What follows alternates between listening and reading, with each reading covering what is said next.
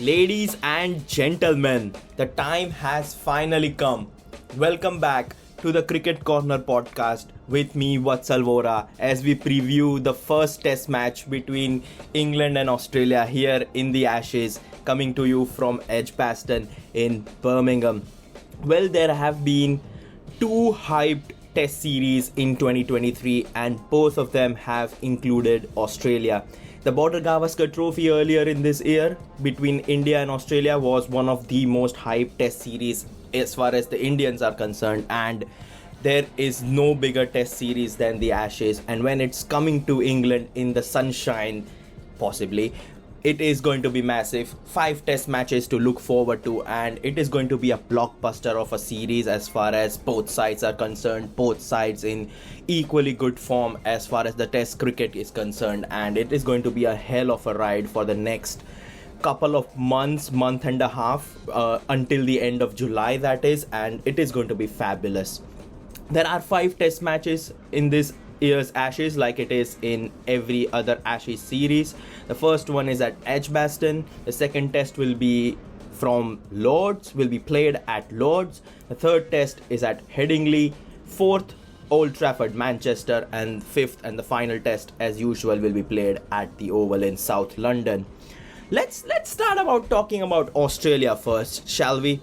Ever since I started the Cricket Corner podcast back in February, Australia has featured quite a lot of times here on this platform. The Border Gavaskar Trophy, the World Test Championship final, and now the Ashes. So I'm quite confident in previewing Australia. I think I know the side quite well. I have seen them play good test cricket for the last couple of months now, and yeah, Australia will be coming into the Ashes on the back of winning the World Test Championship final against India. They completely demolished India by 209 runs, so that's some great start to their preparations ahead of the Ashes.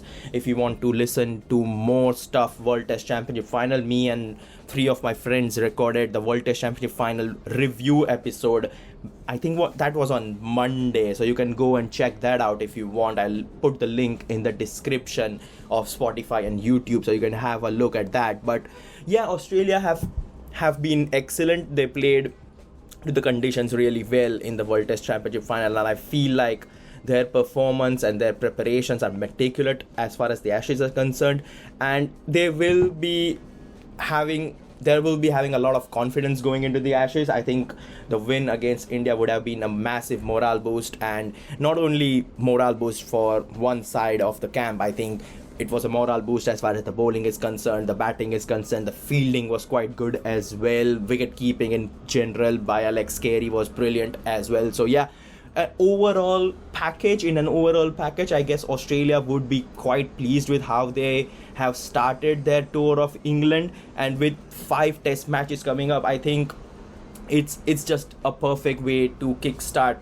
and give you that morale coming into arguably 5 of the most important test matches you are going to play in the next couple of years.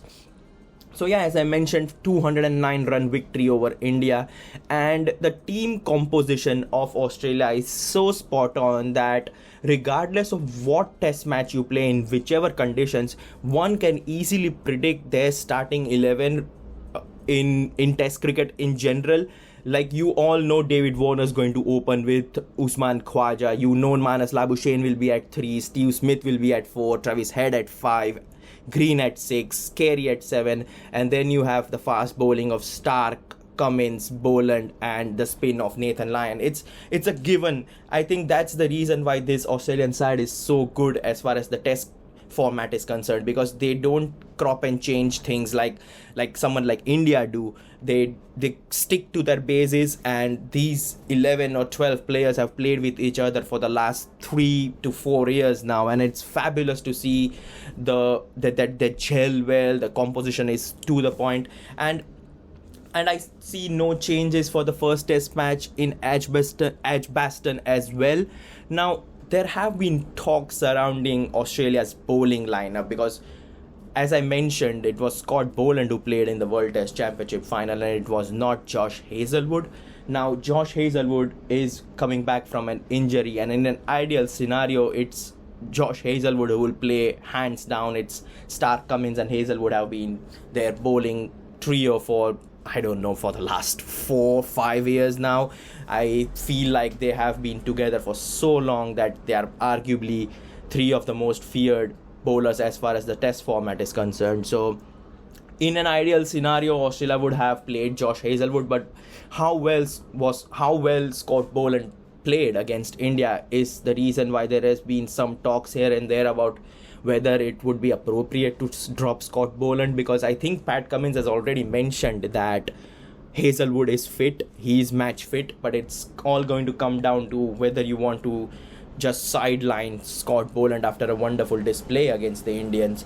Scott Boland picked up 5 wickets in the World Test Championship. Finally picked up the all-important wicket of Virat Kohli on day 5 with a wonderful ball outside off stump and getting the edge of Kohli's bat. So he's in form, and the English conditions kind of suit the way Scott Boland bowls. Wonderful line and length, drops a little bit short, gets a bit of movement off the pitch, and there are questions surrounding his inclusion as well. Now, there have been rumors stating that both Boland and Hazlewood can play for the Australians, and it would be Mitchell Starc who would make way for Josh Hazlewood.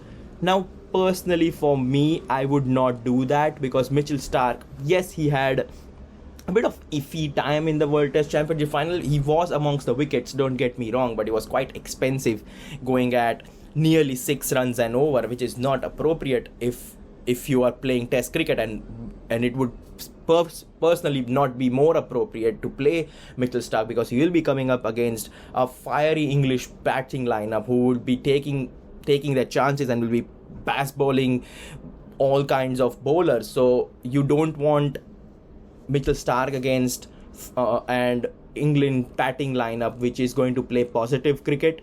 So it kind of makes sense to sideline Mitchell Starc for the first test match, give Josh Hazlewood a run in the team. But then Mitchell Starc is a valuable contributor when it comes to the batting side as well. He is a very handy number 8 for the Australians. We saw that in the World Test Championship final as well, when he scored like 44 runs in the second innings, which propelled Australia to put on that mammoth target of 440 odd against India. So that is one thing that needs to be considered as well, because Josh Hazlewood and Scott Boland are not that great with the bat, but at least Mitchell Starc offers you something with the bat, and that is the batting side. Even in the bowling side of things, Mitchell Starc offers you something extra. He gives you that left arm angle, while both Hazlewood, Boland, and even Pat Cummins is a right-hander. So that's not much difference there. There's not much cropping and changing happening as far as the Australian bowling will be concerned if they play Hazlewood, Boland, and Pat Cummins. Even Cameron Green is a right-hander, so having a left-hander could be vital. And there are people saying that Mitchell Starc helps create that rough area for Nathan Lyon, which can be exploited on the 4th and the 5th day. So there are a lot of positives to pick Mitchell Starc, and I think Josh Hazlewood will have to sit out of the first test match. If I am the Australian management, if I am Pat Cummins, I would personally go with the same lineup, because they gelled so well. They played wonderful cricket together, and I don't feel there is need to change as far as the Australian bowling is concerned, even though Ricky Ponting says that if Hazlewood is fit, he comes into the starting 11. But personally, don't make changes. You have had a good start to the English summer, then why not just stick with the side which has done you and won you an ICC trophy? So I personally would play Mitchell Starc and Scott Boland together. That was the Australian bowling. Now let's talk about Australian batting. And when you talk about Australian batting in English conditions, you have to talk about Steve Smith. Steve Smith is one of Australia's legends, modern day legends, as far as the test format is concerned. When it comes to facing England, he is right up there with all the greats of the sport, likes of Ricky Ponting, Steve Owen, etc. Steve Smith scored 774 runs in the last Ashes. He has scored a total of 1,882 runs in English conditions at an average of 60.18. He loves the big stage, and there is no bigger stage in Test cricket for Australia than the Ashes, and he is going to be up for it. He's already started scoring runs in England. He scored 121 against India in the World Test Championship final at the Oval, and he's now averaging nearly 100, if not above 100 at the Oval. I think prior to starting that World Test Championship final against India, he averaged 97 at the Oval, and he has now scored 3 centuries in the venue, and he's going to be up for it. I think Steve Smith is going to be Australia's main batsman when it comes to facing the English bowling attack, and he needs to be partnered though. He needs to be partnered by the likes of Labuschagne, Head. If one of the openers can hang in there for the second wicket, then even Khwaja and Warner are necessary as far as the Australians are concerned. But yeah, Steve Smith is going to be one hell of a player for the English bowling to worry about, because he has had so much success in England. The last Ashes can be titled as Stephen Smith's Ashes if you want, even though it didn't go down well for the Australians. But yeah, it is going to be vitally important for the English to get rid of Steve Smith early. It's going to be like Steve Smith is going to be the door which would unlock the tail, if you might, as far as the England are concerned. Like, get his wicket and you can get the rest of the wickets relatively cheaply, but he's going to stand firm for the Australians, and I feel like with all the numbers which are behind him, I think there's no doubt in my mind that Steve Smith will be Australia's key wicket, and England need to work out and make out a plan to get him out quickly.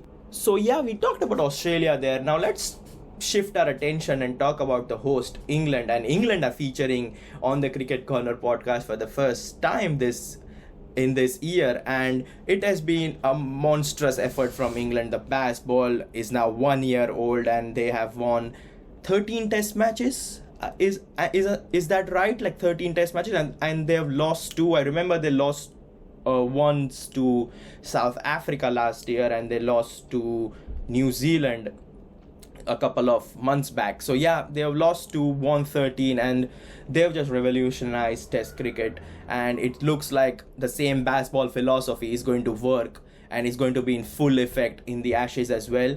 Similar to how Australia defeated India in the World Test Championship final, England also played one test match before the Ashes, but it was a couple of weeks now. They faced Ireland and they won by 10 wickets. There were some hiccups in the second innings when Ireland went on and scored 362 runs against England, but I don't think that mattered in the grand scheme of things. England posted a mammoth 524 runs, and we're going at an approximate run rate of 6.4, which is unheard of in Test cricket. They played 82 overs and scored 524 runs. Now 82 overs is basically 1 day of Test cricket, and in 1 day they have scored 500 runs. You can look at from that angle. They have already scored 506 when they were playing Pakistan in Rawalpindi towards the end of 2022, and that was the signs of things to come in the Ashes. Now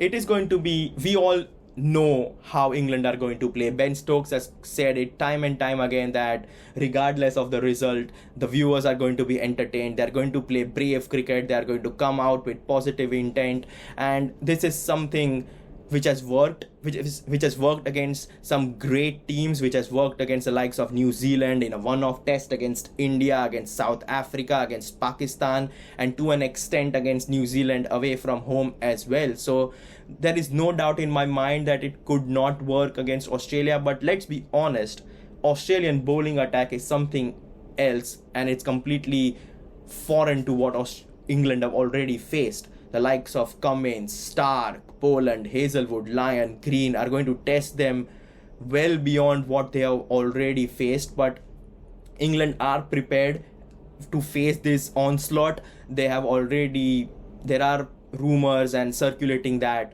They're going to have flat pitches, batting wickets, which would aid their batting, which will aid Australian batting to an extent as well. But hey, that's the direction in which England are going to go, and it is going to be fantastic to watch. One of, if not the best bowling attack in current Test match circuit, against arguably the most fearless batting lineup, and it is going to be a clash of the titans. But yeah, there have been some talks about English batting, and let's talk about English batting now, shall we? When you talk about the English batting in the test format, you eventually have to talk about Zach Crawley. Zach Crawley has still been backed by the English selectors. He scored like 56 59 runs against Ireland. Now don't get me wrong, those were some great runs, but you can still see flaws in Zach Crawley's batting. There were like 3 or 4 instances when he could have chopped on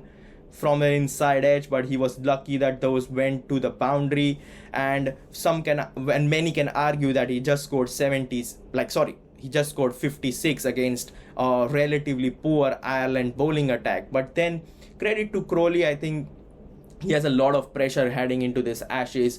He has kept his place, and he has been named in the squad for the first 2 test matches. But if things go sour and things don't work out for him in the first 2 test matches at Edgbaston and Lords, then does England give up on him and just replace him with another opener for the remainder of the 3 test matches? Well, I'm not quite sure, but if the English selectors, Brent McCullum and Ben Stokes, are backing Crawley to do them and give them a good start, basically that's why they have gone with Zach Crawley, because once he gets going, he gives you those runs relatively quickly compared to the likes of Ben Duckett and Ollie Pope. He will give you runs at a really alarming rate once he's settled down, but that's the problem. He takes his good time to settle down, and there have been so many instances where he has been dismissed well before he is used to the conditions and the pitches. So Zach Crawley is going to be very, very important for Australia. If they get him early, they get into the English middle order relatively quickly. But if Zach Crawley hangs in there for 20, 25, 30 overs, then the game is already in English hands, because if he plays for 100 deliveries or 70 deliveries, he's going to get a 90 or 100 in relatively quick fashion. So the English side are banking on Crawley to give them a start, and that's the reason why he is in the lineup.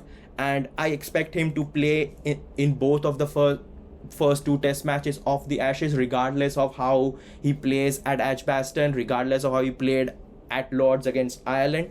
So yeah, here is my English lineup for the first test of the Ashes. Crawley and Duckett to open, Pope at 3, Joe Root at 4, Harry Brook at 5, Johnny Bairstow is back, he'll be keeping wickets, so he's at 6, Captain Ben Stokes at 7. Then you have to play Moeen Ali. There's a reason why you have picked Moeen Ali in the team. He has replaced an injured Jack Leach. Jack Leach is out for the rest of the Ashes, so you have brought Moeen Ali back from retirement. So there is no doubt in my mind that Moeen Ali will be playing. Stuart Broad will be playing as well, and so is James Anderson. Now, James Anderson and Stuart Broad are guaranteed starters for me in the Edgbaston test, don't get me wrong, but then for that last seamer, the last place for a seamer is being contested by 4 players. There is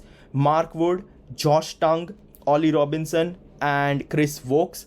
I don't think Chris Wokes will get a game, so let's talk about Mark Wood, Josh Tongue and Ollie Robinson.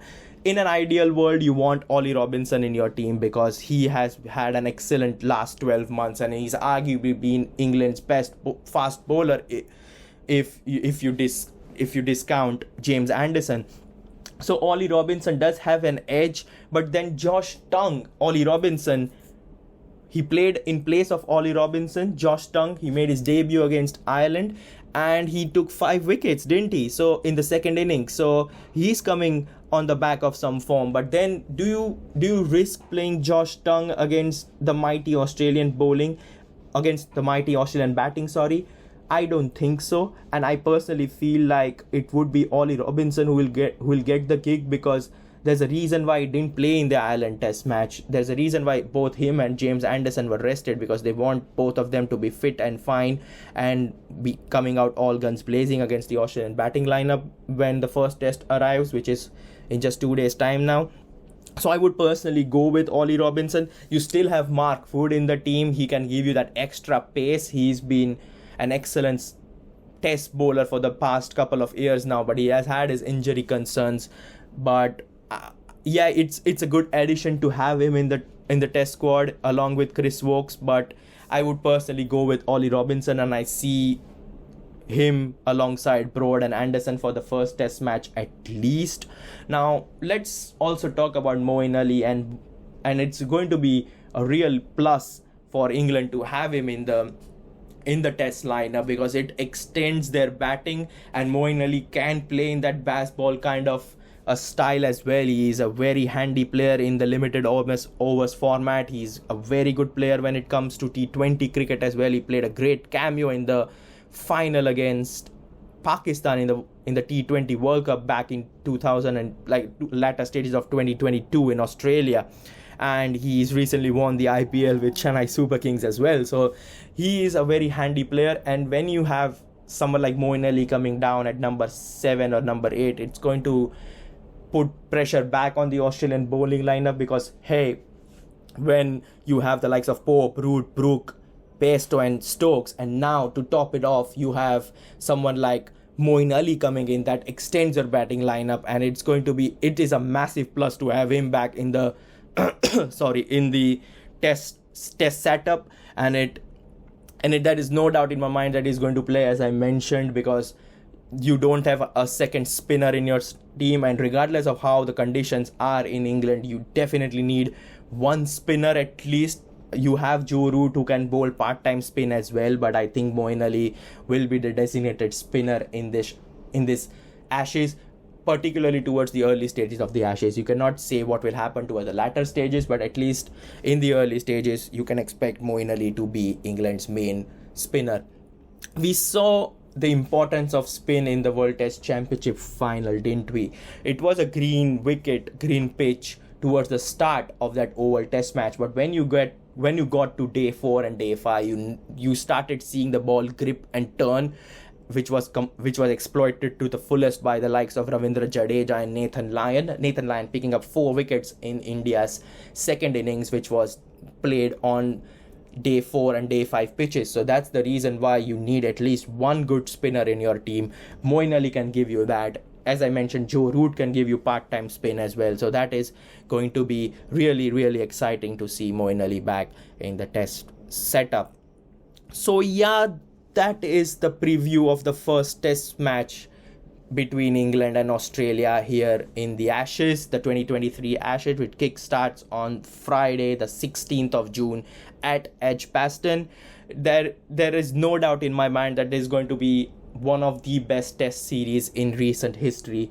But if I had to predict a winner, I would personally go with a closely contested 3-2 win for England, because there is no doubt in my mind the way England has started playing test cricket, there aren't going to be draws in this Ashes series. I don't see any test match ending in a draw. It is either going to be a full out England win or an Australian win if they counter Bazball and their positive intent of play. But personally for me, I go with a 3-2 win for England, but that doesn't mean that Australia won't give them a fight. I think Australia are very much capable of winning this Ashes series as well, but I think home conditions are going to matter, and England will take full advantage of them.